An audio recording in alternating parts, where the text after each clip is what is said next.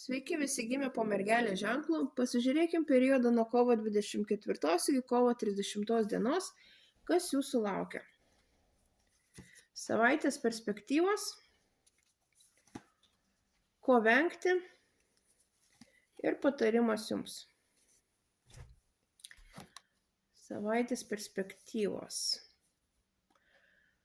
Panašu, kad toks bus gana romantiškas laikas.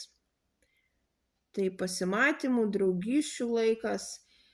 Iš kitos pusės, jeigu būsit priversti daryti pasirinkimą, niekur neskubėkit. Labai viską apgalvokit, kad tiesiog jūsų pasirinkimas būtų teisingas. Ko vengti? Venkite šią savaitę būti tokia kaip introverto būsenoj. Bendraukit, nepasislėpkit nuo žmonių, nes neįlyskit į savęs analizę per didelę. Tiesiog šis periodas yra skirtas bendravimui, o ne buvimui pačiam su savimi. Ir patarimas jums.